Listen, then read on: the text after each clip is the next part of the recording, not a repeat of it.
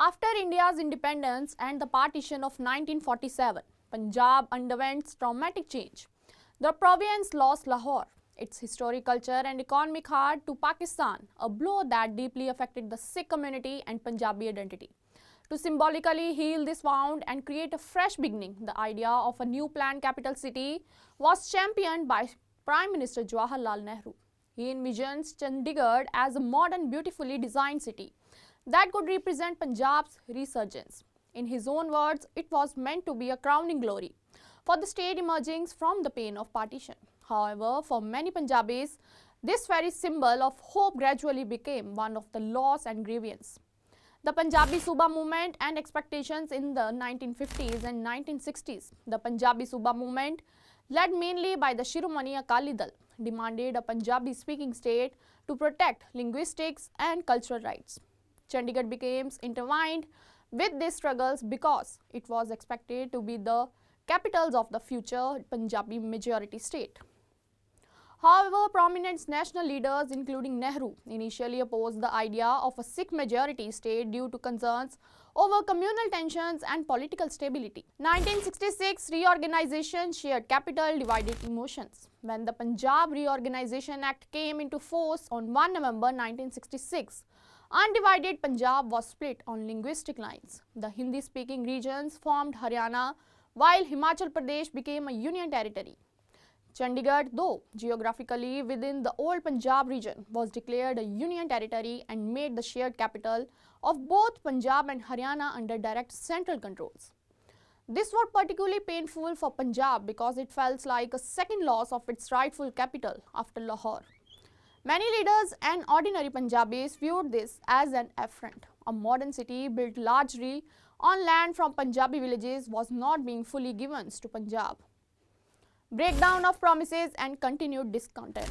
After the reorganization, leaders such as Sant Fateh Singh and Darshan Singh Feruman undertook prolonged hunger strikes demanding the transfer of Chandigarh to Punjab.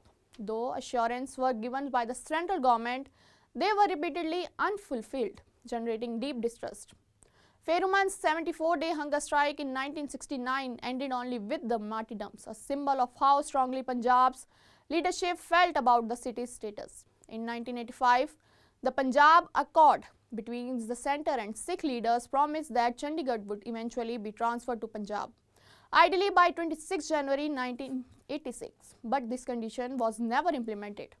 Internal political opposition, bureaucratic resistance and shifting priorities within the government stalled the transfer, cementing perceptions by berated shared capitals and lingering unease.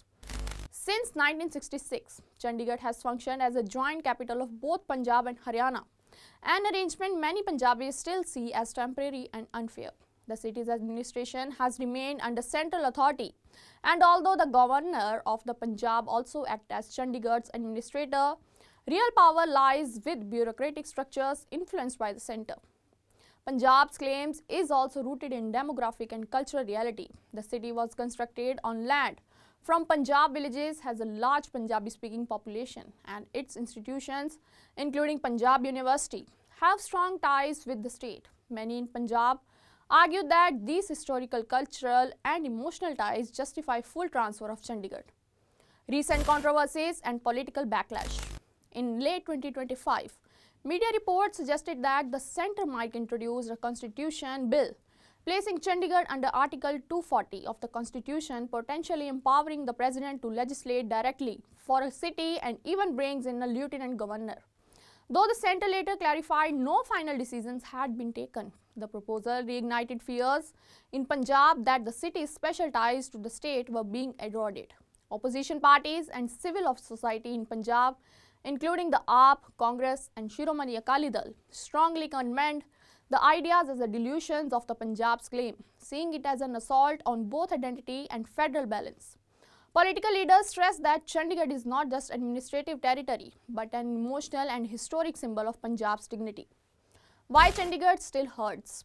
For many Punjabis, the issue of Chandigarh remains unresolved, not because of its physical status, but because of the broken promises, unmet assurance, and repeated political sidelinings of Punjab's claim.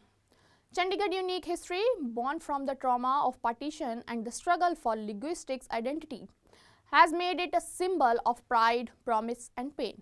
Until its status is permanently resolved in Punjab's favor, it will continue to be described as a wound in the state's collective consciousness.